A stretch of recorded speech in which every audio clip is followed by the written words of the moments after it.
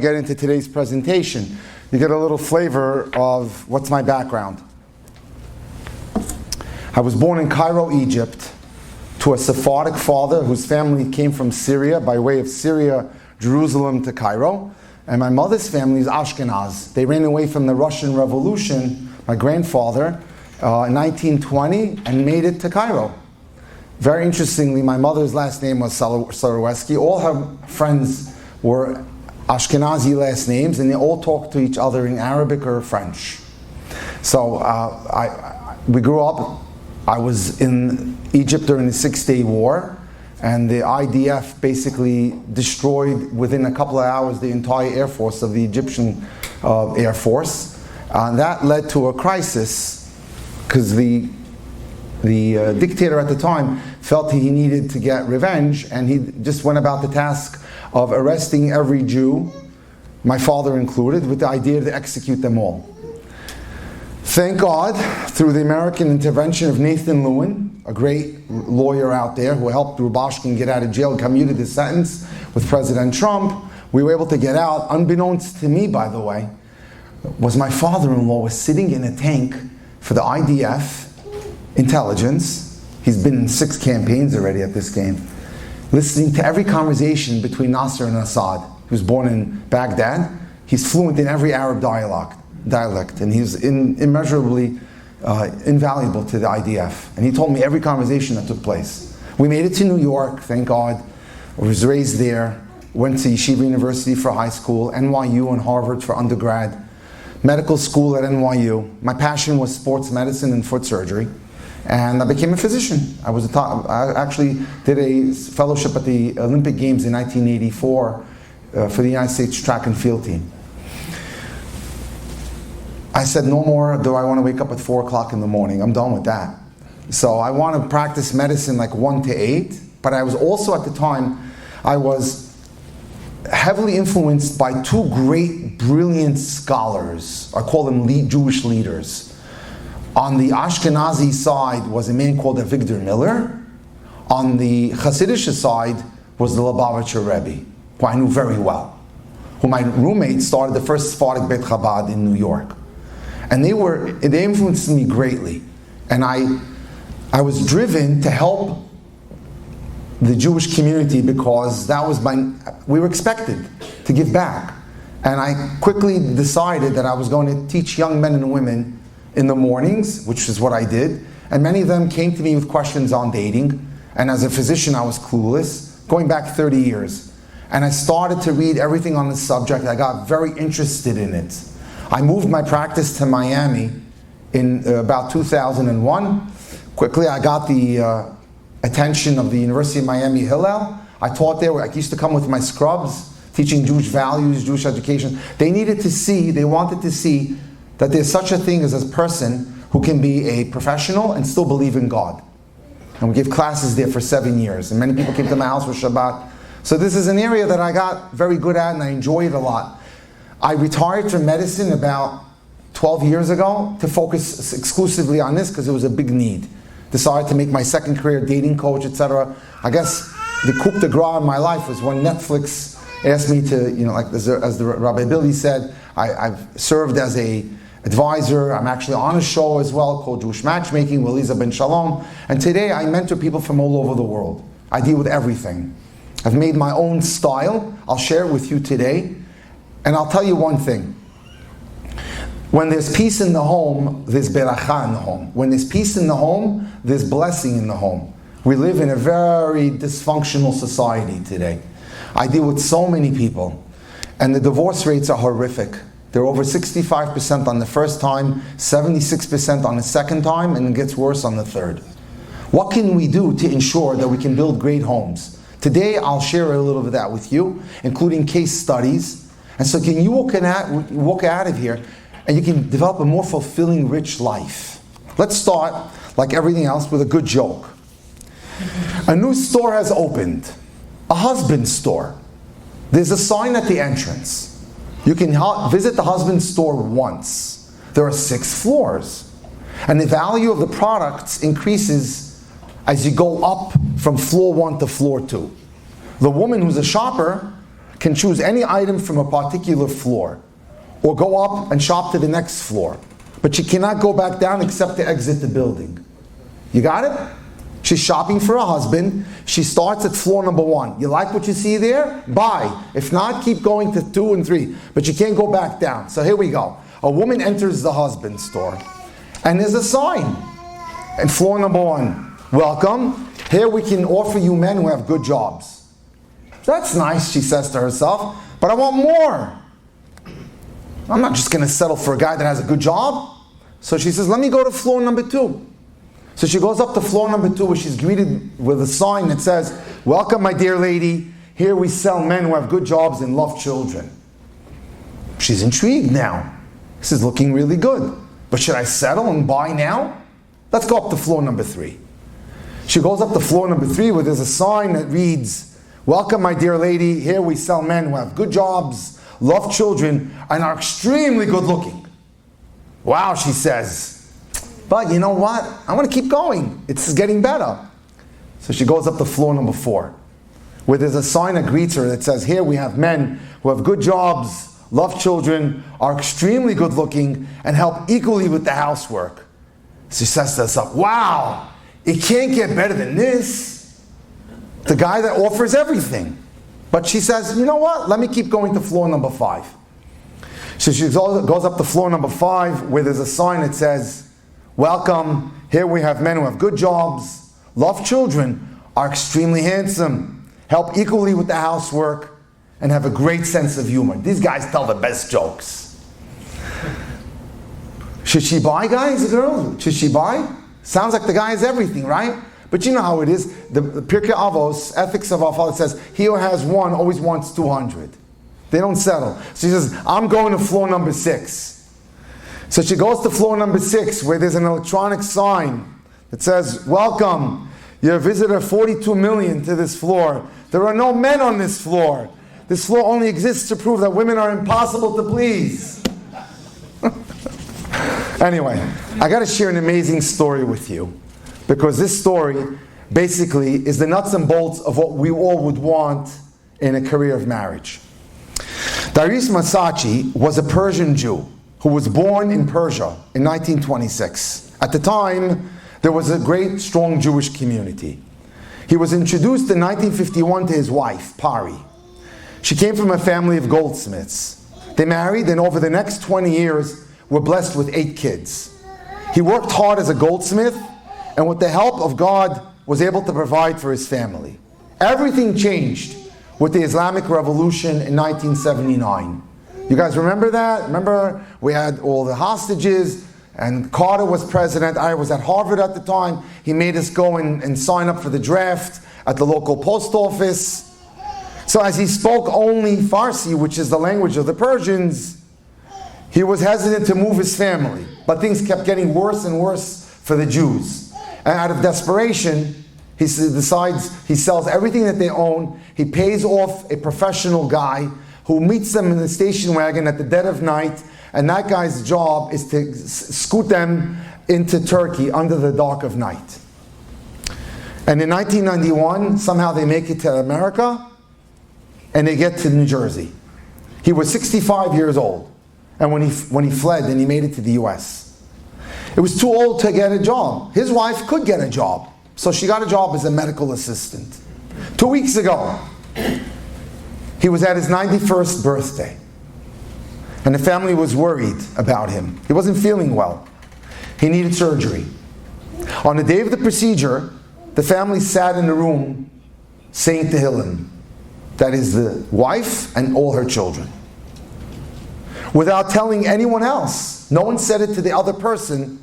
Every single one of them, including his 85-year-old wife, was fasting as an act of merit so that he should be able to have a successful surgery. The procedure began early in the morning. Finally, 8 hours later, the doctor comes out of surgery, tells the wife it was a success, but he's going to be in ICU and he has to recover, and he's obviously not all coherent from the general anesthesia. In his semi-conscious state, he's sitting there in his bed in the ICU. And in his broken English, he waves to the nurse. He says, "Nurse, nurse." So she bends down and says, yes, Mr. Masachi, I need lunch. She looks at him and says, Mr. Masachi, you're not allowed to eat anything for another 10 hours. What are you asking for lunch for? She goes off to another patient. A minute later, he does the same thing. Nurse, I need lunch. She tells him the same thing. You're not allowed to eat. And he looks at her, he goes, no, not for me. My wife, give her lunch.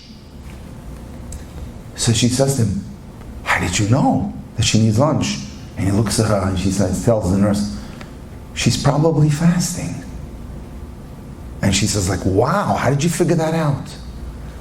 And he tells her, when you're married 65 years, you just know.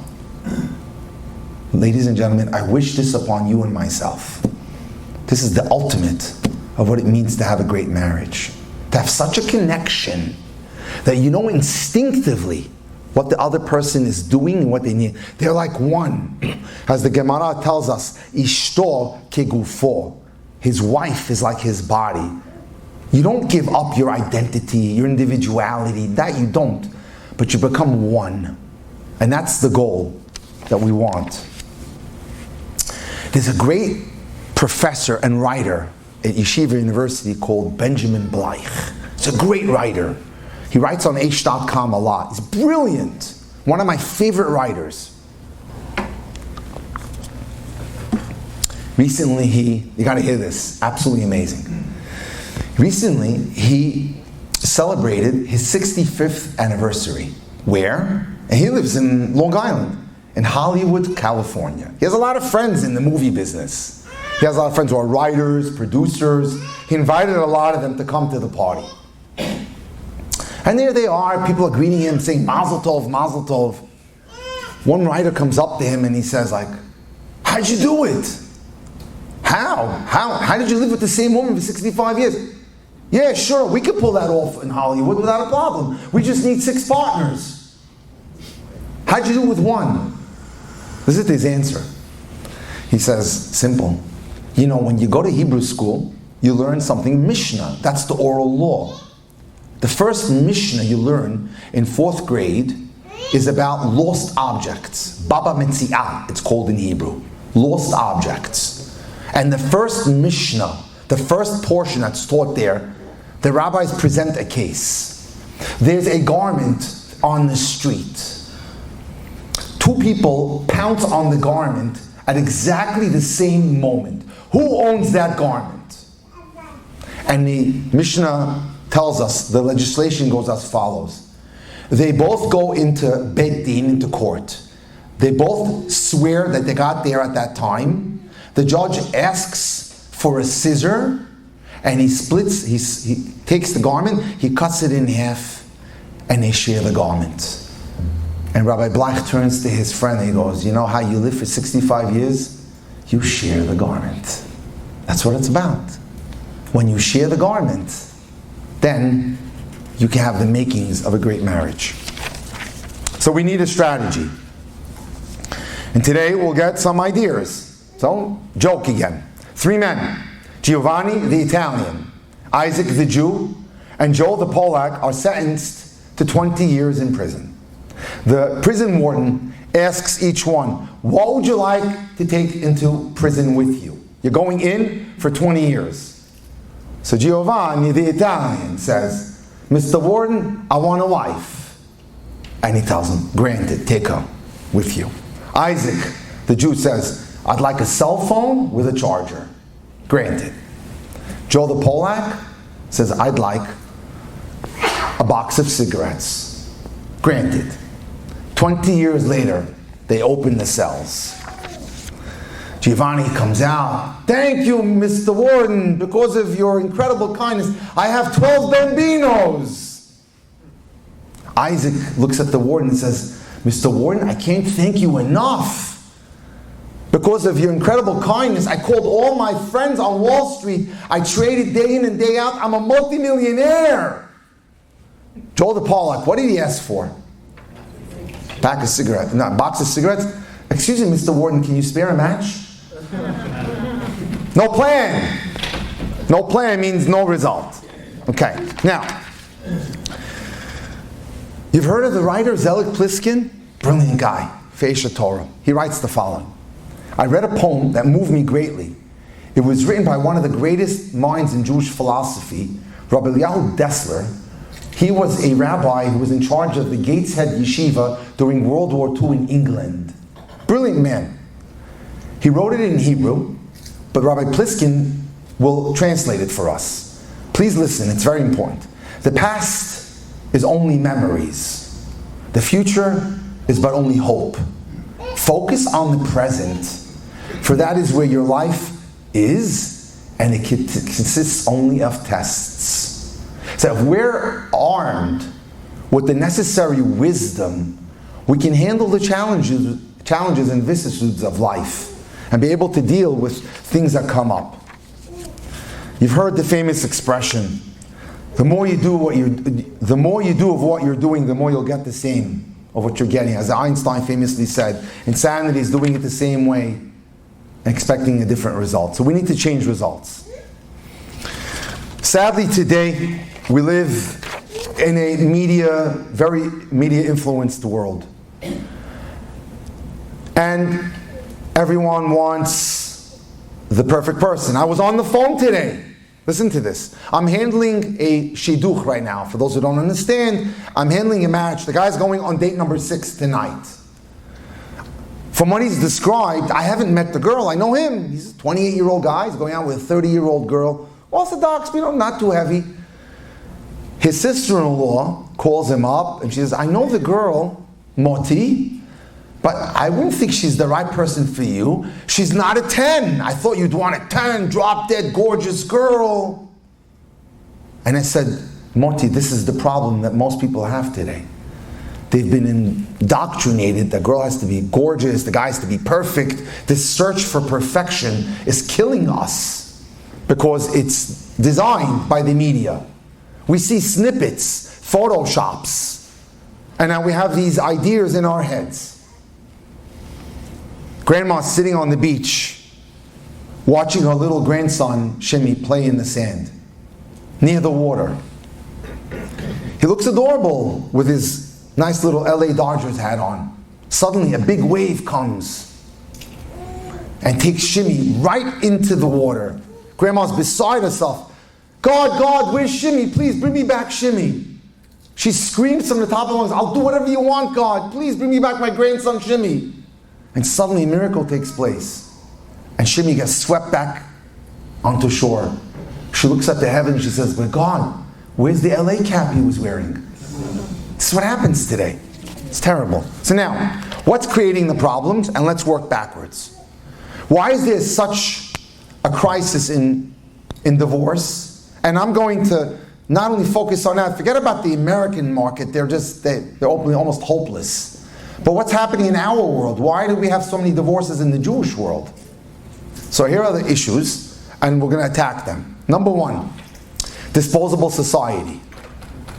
Here's the problem. I'm in my 60s. We didn't have a lot of this stuff when I grew up. You took a cup, you drank, you washed it. But today, everyone growing up knows that this is disposable. Even so, you tell me the last time you saw a repair shop.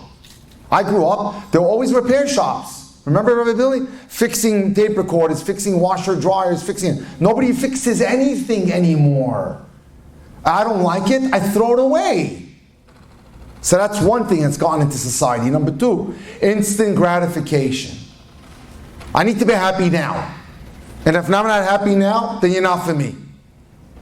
Remember the old days when we took pictures with film rolls, and we dropped them off, and we waited a week until we got the photos? Today I just pull out my cell phone, take a picture, within a second my friend in Malibu, California, or Tel Aviv, or Yerushalayim sees it in 2 seconds later.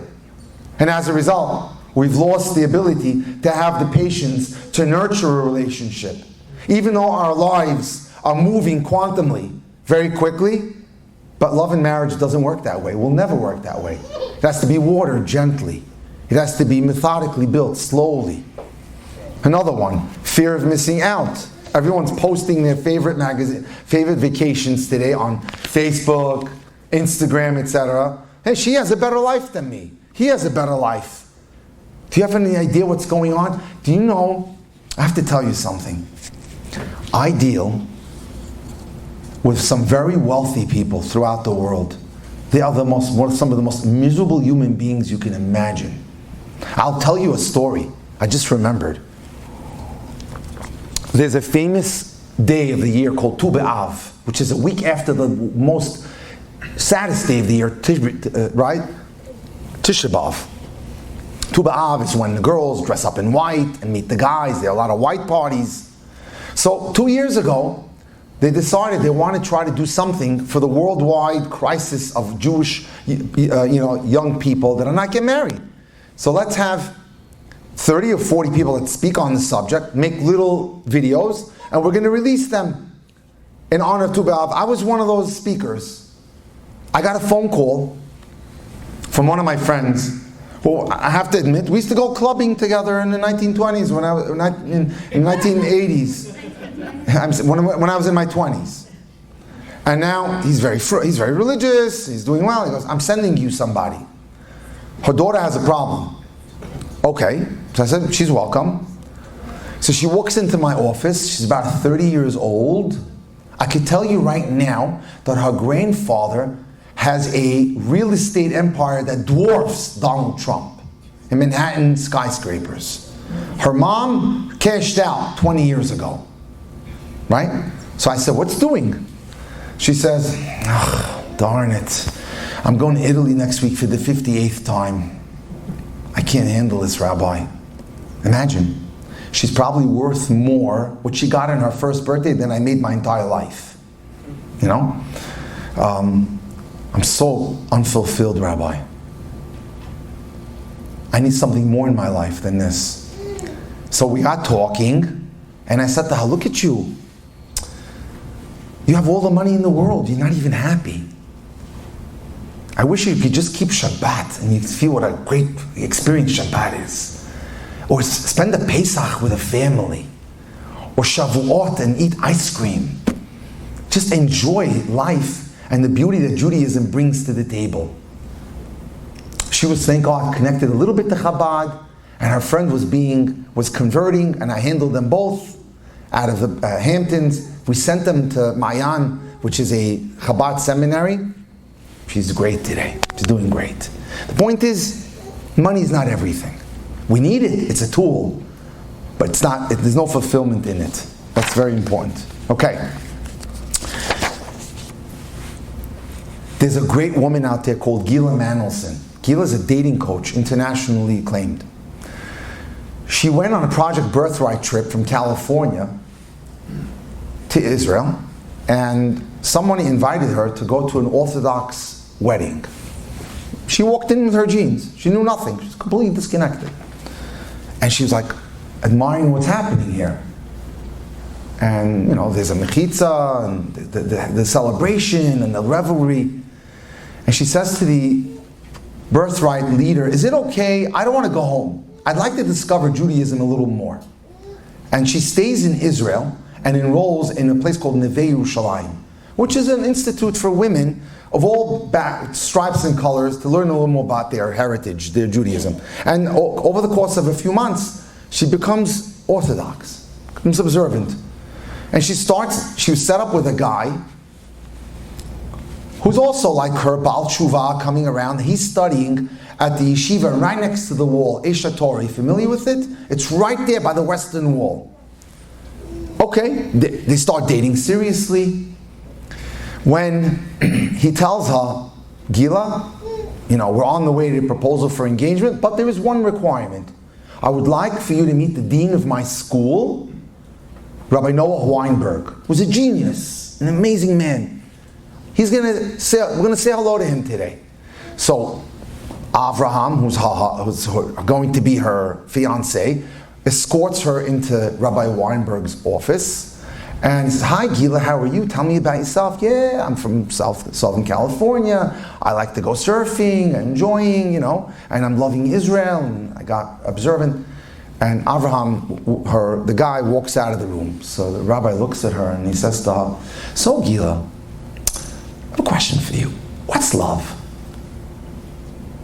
"Oh, Rabbi, that's easy."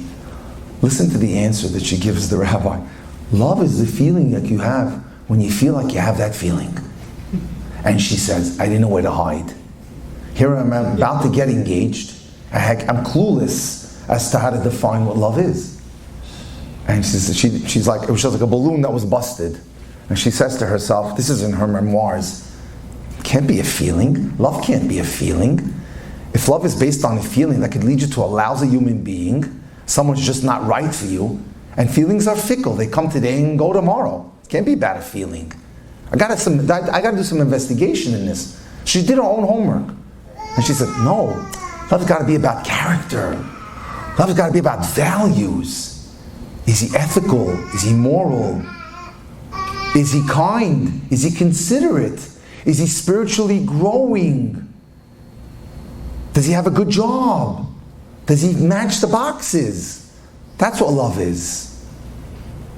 And she says, "Today I define love the way the rabbi defined it for me." And he says, love is the attachment between two people when you are appreciating the other person's goodness in thought and in deed. That person is kind, that person is considerate, that person is selfless, that person shares. That's the metric, that's the fuel that keeps things going. That's what we're looking for. That's so important.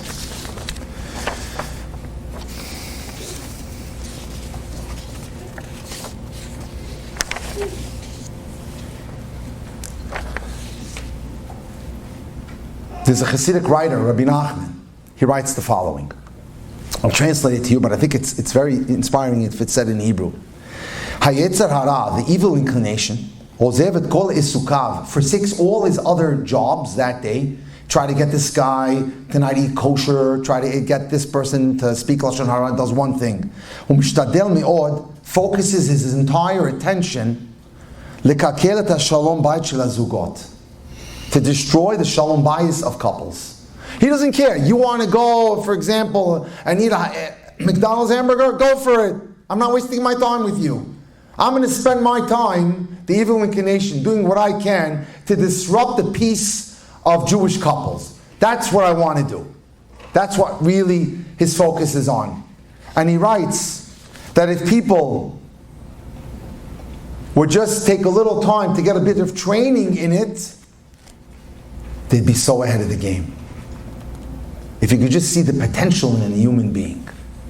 40 years ago in Paris, a girl decides, a Moroccan girl, listen to this, that she'd like, this was before there were so many people who were, say, coming back to Judaism. She wants to marry a guy who's going to sit and learn Torah, like we have the wonderful boys who are learning in Tucson, Kollel. She's studying to be a CPA at the Sorbonne. I have a cousin who's a professor there. Anyway, she tells her father, "Dad, I'm ready to get married." Her sister had done the same thing. It was a good case study for her. So he says, "No problem. I'll find you a guy." And they make up that the date's going to be a blind date. They don't have that anymore. We used to have so many blind dates back in the day. And my wife and I were a blind date. Anyway, so they're going to meet at a 5-star hotel and have drinks in the lobby in Paris. She's dressed up to the nines. She's waiting. All right, 8 o'clock it's called for. 8:05, a guy approaches her with a Grateful Dead t-shirt and ripped jeans. "Are you Sarah?" He says to her, "Yeah." She says, "Yeah, I'm Sarah." "You're Joseph? What's my father thinking? What do you and I have in common?" So she says to him, he tells her, "Why? What are you looking for?" I said, "I want a guy in learning." He says, "I am learning. I'm going to be an architect in 6 months." "No, I don't want that. I want a person who's going to sit and learn Torah. I'm happy to support that person. It's fine." "Why would you want that?" He tells her. And now starts a dialogue between the two for 2 hours. Finally she gets up, she says, "Can I go now? I'm done." And he looks at her. And we had this conversation, you and I, Miles. Listen to this. What if I became that guy? She said, nah, not in a million years. Never gonna happen. Okay, she goes home and she rips into her father. What did you do? You wasted my time, set me up with a guy. Totally not for me. Okay, the father had gotten a recommendation from his brother, Moises. He calls him up, he tells him what happened. 3 weeks later, the uncle calls up his brother. He goes, what did she do to him? He dropped out. And he's in Aix-les-Bains. If you've traveled in France, a big yeshiva next to the Swiss border, and he's now enrolled. He wants a second date with her. Will she give him a second date? And he says, yeah, okay. So she gave him a second date. Same hotel. No more Grateful Dead t-shirt. In walks the guy with a blue shirt now, slacks. He thanks her. He says to her, you know what? You opened my eyes to a beautiful world of character development and refinement and Torah and understanding what our heritage is. I'll get back to my career one day, but I'm loving this. And schmoozing it away. And at the end of the day, he says, I'd like to go out with you again. And she says, let me think about it. No. He was hurt. He was hurt. Okay. He goes home. He goes back to yeshiva. The years go by. He goes to New York. He's studying in yeshiva in a Monsey called Or Sameach. She's no longer 21. The word comes back to Paris when she's 32. The Joe is no longer Joe. Joe immigrated to Eretz Yisrael, to Israel. Joe is now the dean to 300 students. Where there's a will, there's a way. And Joe has 5 kids. Okay. The years continue to spiral. She's 38 years old. And the word comes back to Paris that there was a terrorist attack. Joe's wife and 3 out of his 5 children were murdered by PLO. Wow. And Joe's going to come in a month to pay Shiva respects to his people want to speak and say hello to him in Paris. And the obvious question in town is, do you want to go out with him? She's 38 now. And her mother says, don't make the same mistake you made the first time. Okay. He comes into town and she's sitting, same hotel, lobby of the hotel. And in comes a man who's wearing a long frock with a Hamburg. We're talking about royal.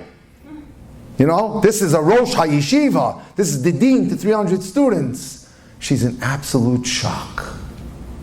And he sits down with her and he says, whatever you see in front of you, you're responsible for. You made me what I am. My wife used to go to the Western Wall every day to daven for you.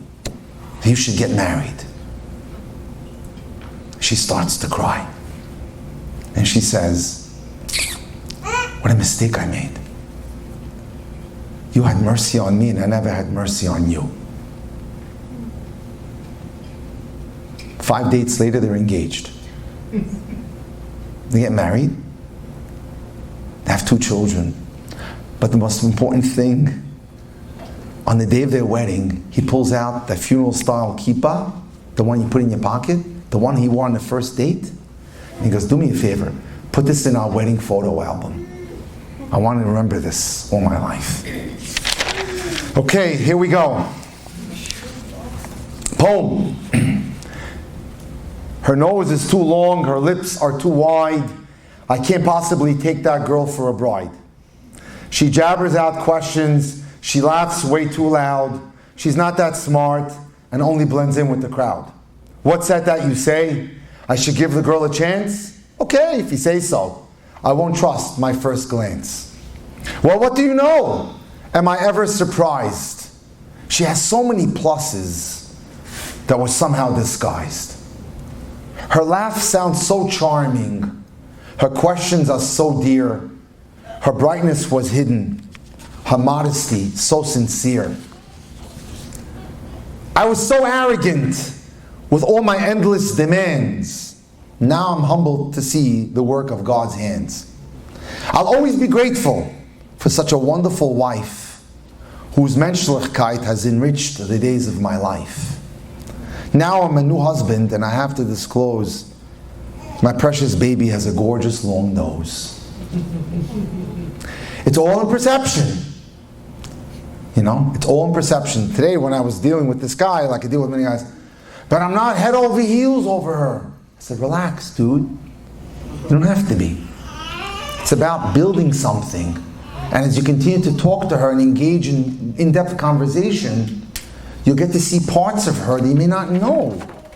It's very important. Okay. Now, there's a great writer out there, Manis Friedman. He promulgates a theory that I learned maybe 20 years ago from a great Breslov writer and great thinker, Reb Shalom Harush, who wrote one of the greatest books in the world, The Garden of Emunah, who I must have read 12, 13 times. To me, it's the basis of life. It's probably outsold the Bible. It's in 18 languages today. Anyway, Reb Manis Friedman teaches a principle that you have to understand in order to realize what creates breakdown in every marriage. And that is the following. The man is the mashpia, I'll explain, and the woman is the mekabel. The man is the giver, and the woman is the receiver. The man is the one who gives warmth, gives attention, gives time, and the woman receives. When you have an issue, and that is reversed, where the man wants, and instead of being the giver, he wants to be the receiver, we now have crisis. In his words, although I'm not sure it applies all the time, he feels it's always the problem in every Shalom Bayit matter. The man needs to be the giver of time, and the giver of warmth, and the giver of attention. And when you have a role reversal, it's a problem. So I want to share some thoughts with you on this. My parents were divorced when I was a child. This is typical stuff you hear today. I grew up with my mother and saw my father only rarely. My memories of their marriage were painful. My father had a bad temper and would frequently yell at my mother. I've always said I never had healthy role models of how a person should speak to their spouse. My wife didn't like the way I often spoke to her. So I went to my rabbi for advice. I told him how I lacked a role model. It's not my fault. Everyone says that today. It's not my fault. What do you want from me? I didn't have anyone to learn from. But the rabbi disagreed with me. He says, you have many positive role models. And some great role models. You just don't know it. You don't realize it. Were you ever a guest at someone's house for Shabbos, he asked me? Plenty of times, Rabbi. Did you ever hear husbands speak in positive ways with their wives? Of course, Rabbi. Many times. Then you've had many role models. Each of these scenes are engraved in your mental library of all the times you were a guest by people's homes and you watched good behavior. But each time was only a short duration. Even if you only hear someone speak for a few minutes, they could serve as a role model for you. Let me point out something to you, the rabbi said.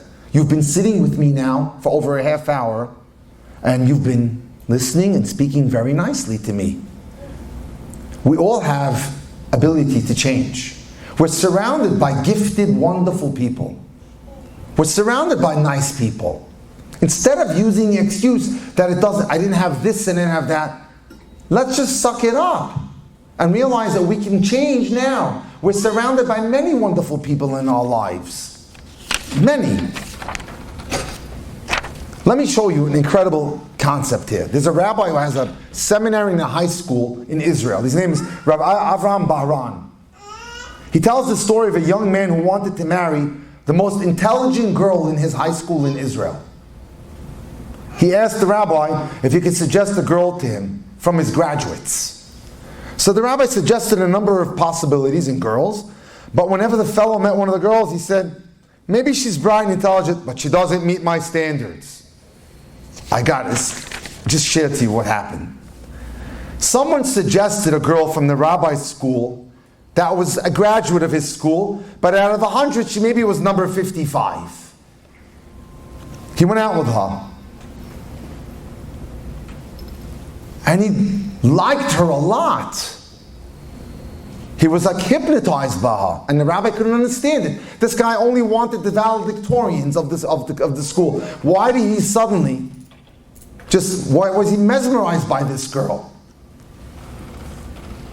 So the rabbi said to the girl, "Come over, I want to talk to you. Could you please describe to me how you talk to him when you're on dates?" Listen to this. She said, "Rabbi, I like him very much. I don't understand what he talks about, but throughout the conversation, I say things like, 'Wow, that's interesting. That's brilliant. What a deep idea. Tell me more.' We both enjoy the dates very much." They got married.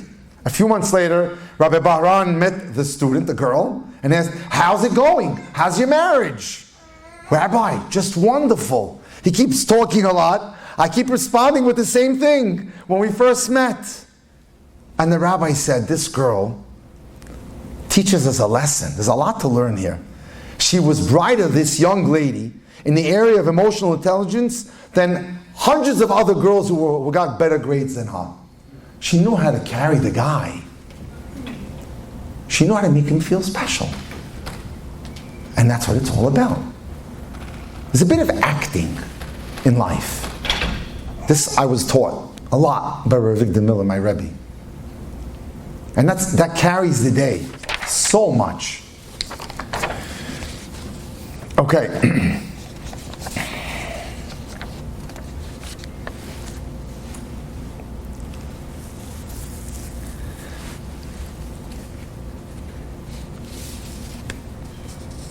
I just want to point out a few things that sometimes get in the way of good marriages, and I would like people to say work on them a little bit.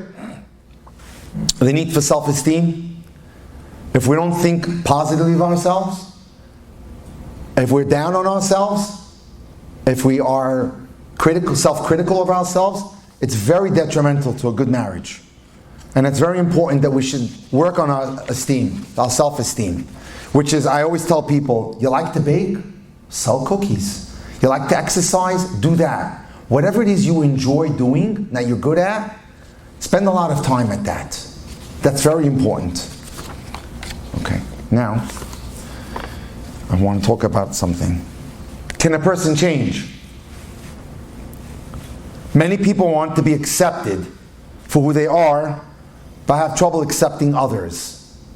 They will make excuses for their own deficiencies, whether they're sloppy or impatient or lack productivity, but they don't forgive the flaws of others. We need to be gracious with that. You can't change other people. You can only change yourself and your reaction to others. As I always say, if you work on yourself and make yourself a better person, you're going to just only help others. You're going to help yourself. You're going to help the marriage. It's so important. You can only change your own actions. And with that, a better attitude, you're automatically going to reflect that to your spouse. So the more you work on yourself and the more you better yourself, the more you're going to be able to have a better marriage. For example, Jeff was a great businessman, great provider. He believed his wife Iris would ignore his bad temper and everything should be done his way. It didn't take long for Iris to realize that all the luxuries in the world are not compensation for the terrible way he would make her feel. Because he refused to change, Iris left the marriage. Lois was an only child, used to being pampered. Whenever Mike had to discuss options, she threw a tantrum. I gotta go to Cancun. I gotta have a Rolex watch. She wanted it her way. Mike explained to her, with patience, we have a budget, we have to work on it, we have to live with it. And he asked her if you could just be more open-minded, spend a little less, take some of the strain off of me, which would make me love you even more. It took time. Change is usually gradual and takes work. but she was smart enough to understand and accept her fault. If we own it, ladies and gentlemen, and we see in ha davar talui ela bi, it comes down to me, myself, then there's tremendous opportunity to make things better. But it comes down to character. Let me take you back to Israel 50 years ago.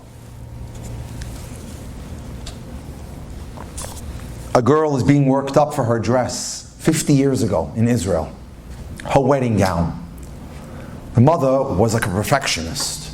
And she hired a widow who was a seamstress to make the dress.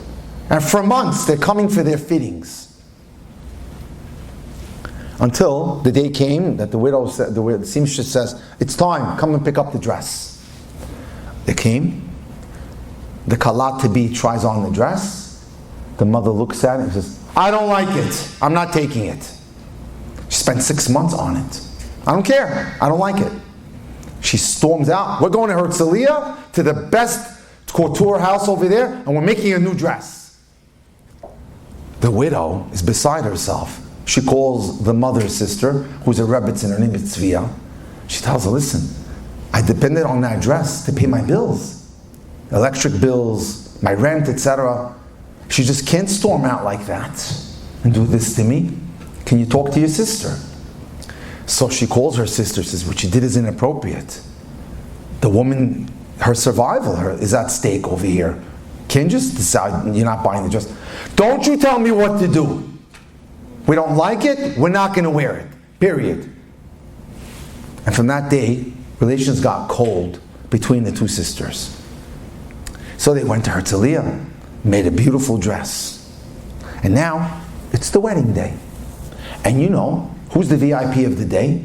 The kala, the bride. And they're in the bride's room, and everyone's darling over the bride. There's the lady blowing her hair.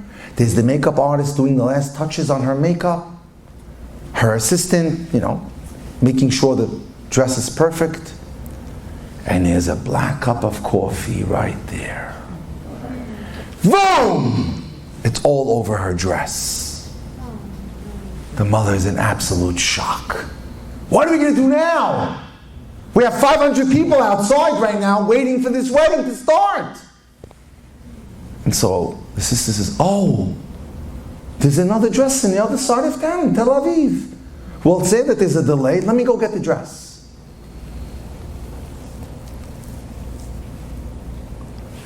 And she was upset with her because she took responsibility. She said, I'm so sorry. The sister had done that with her hand and caused that spill all over the dress. So she came back with the dress, and the mother looks at her with eyes to kill. How could you be so reckless, so negligent? I said, I'm so sorry, I didn't see the black cup of coffee. This is Rebbe Tzviya telling the mother of the kala. Anyway, they take the other dress, they try it on, it looks good. The kala goes out, the crowd heard about what happened, and the wedding proceeded. It was a beautiful wedding. But after that day, the mother of the kala didn't speak to her sister. Not for a week, not for a month, not for a year, not for 5 years, not for 10 years, not for 25 years. No talking at all. And now, our kala is getting ready to marry her daughter. And they're just schmoozing, hey mom, remember what happened with my dress with Aunt Tzviya? She says, yeah, I'll go to my grave and I won't forgive her for what she did. Mommy, I have something to tell you. Yeah, what is it? I'm so sorry to tell you this, but Aunt Tzviya didn't do it. What do you mean? She said she took responsibility. I did it. What do you mean? She says, when I saw that black cup of coffee and I started thinking about that poor widow, that seamstress, and I started seeing black angels hovering over my chuppah, I said, I can't do this. I can't go down the wedding aisle to the wedding. I can't go down the aisle knowing that I am getting married and there's a woman out there being crushed. So I did it. And when I spilled the coffee, Aunt Zvia looked at me and she said, and she took the hit for me, Mommy. And all these years I asked her, can I tell my mother now? She said, no. I'd rather have her angry with me than she should have a problem with her daughter. And now she gave me permission to tell the truth. That's character. That's incredible character. I'm just going to rifle through some things now quickly.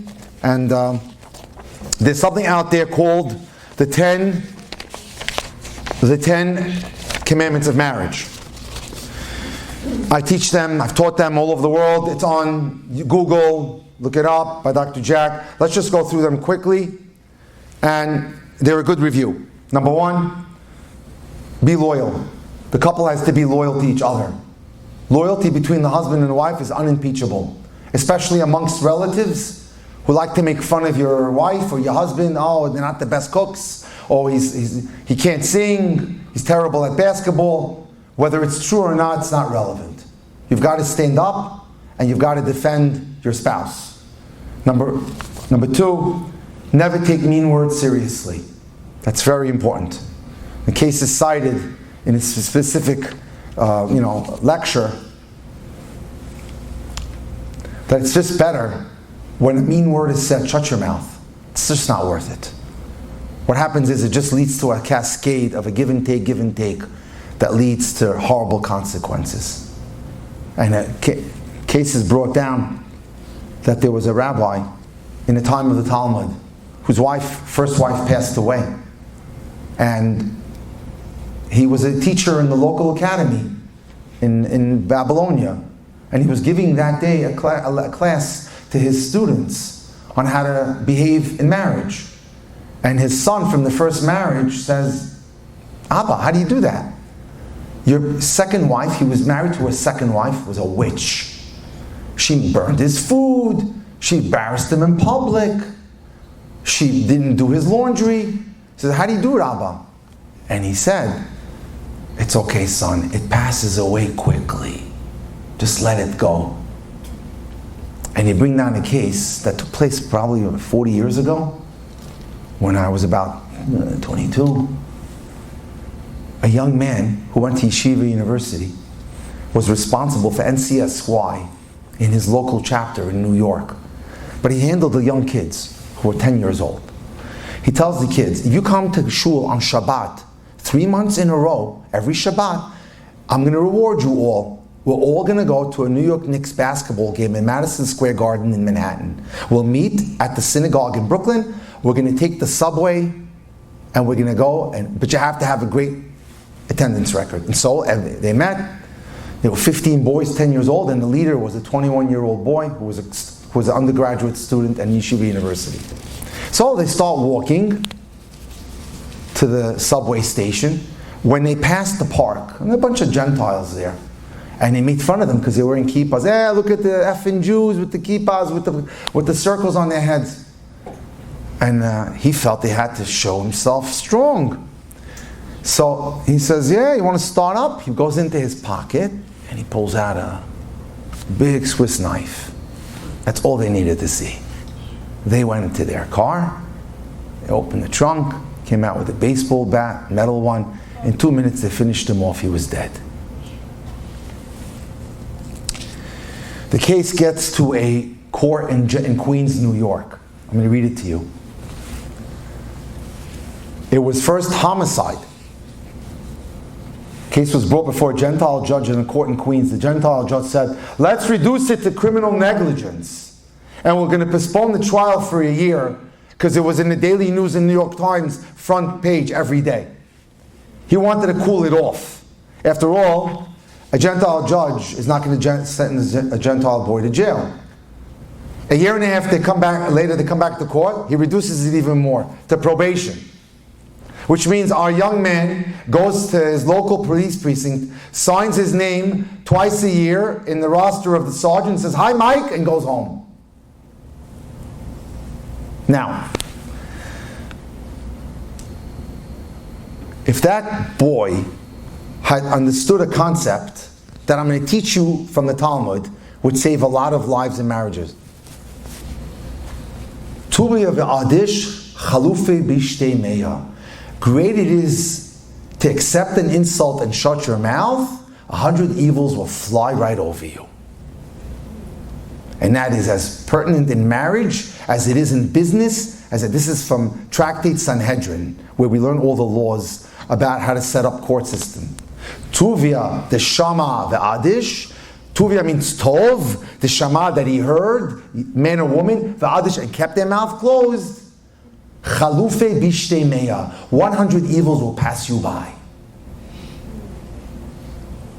Had that boy kept his mouth closed, he'd be my age today alive. Is it worth it? Think about it. Next.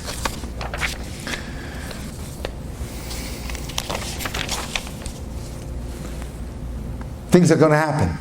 That's the way life is. Let it go. Be ready. You're not marrying an angel. You're marrying someone which is normal, regular human being. Another one of the commandments. Try to make peace as soon as possible. Shlomo HaMelech says, an argument is like a dam. If I take a drill and I drill into a dam, water starts to leak. And it continues to breach the hole and make it bigger and bigger. So the longer we wait it out and refuse to make peace, the hole gets worse and worse and harder to patch up. That's important. Another one. Never use, even as a joke, the D word or the Gimel word. Get or divorce. That does not belong in the vocabulary of a Jewish couple. Avoid that word at all costs. Two more. One of the greatest mitzvos you can do in the Torah is v'ahavta lecha kamocha. Loving someone as you love yourself. There's no greater opportunity to perform that mitzvah than in marriage. Sending a nice, kind text, picking up something on the way home, helping with the kids, mopping the floor, doing some of the dishes, whatever it may be. And lastly, don't be a person at home who's going to be a control freak.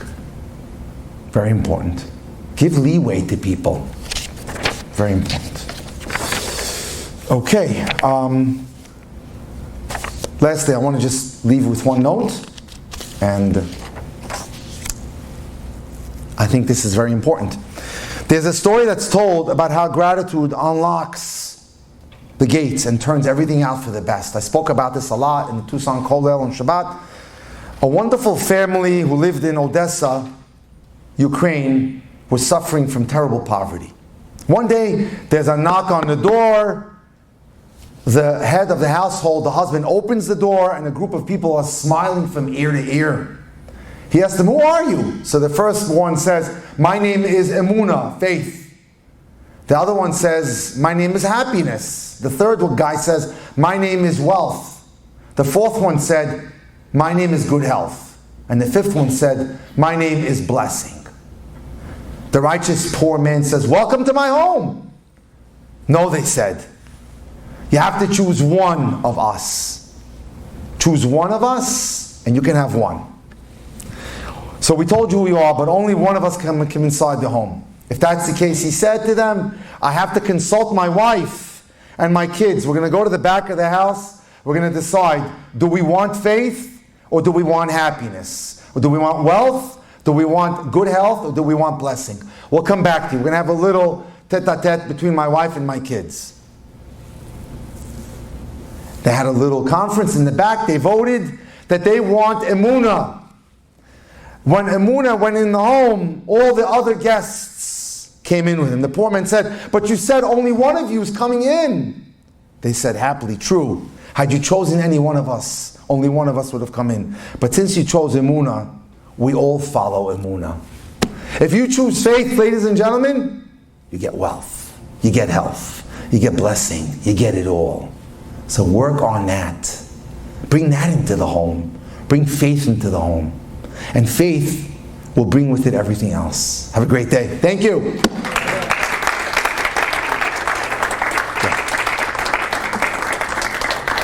By the way, if anyone needs me for anything personal, I'll stay around for Q&A. I also have business cards. If you want to talk to me privately, you can always call me. I deal with people all over the world. Maybe Miles, you want to go around and just give these out.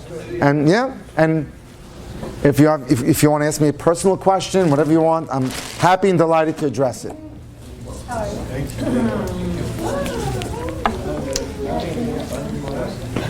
It was really great. You enjoyed it? Thank you. Yeah, thank you so much. My pleasure.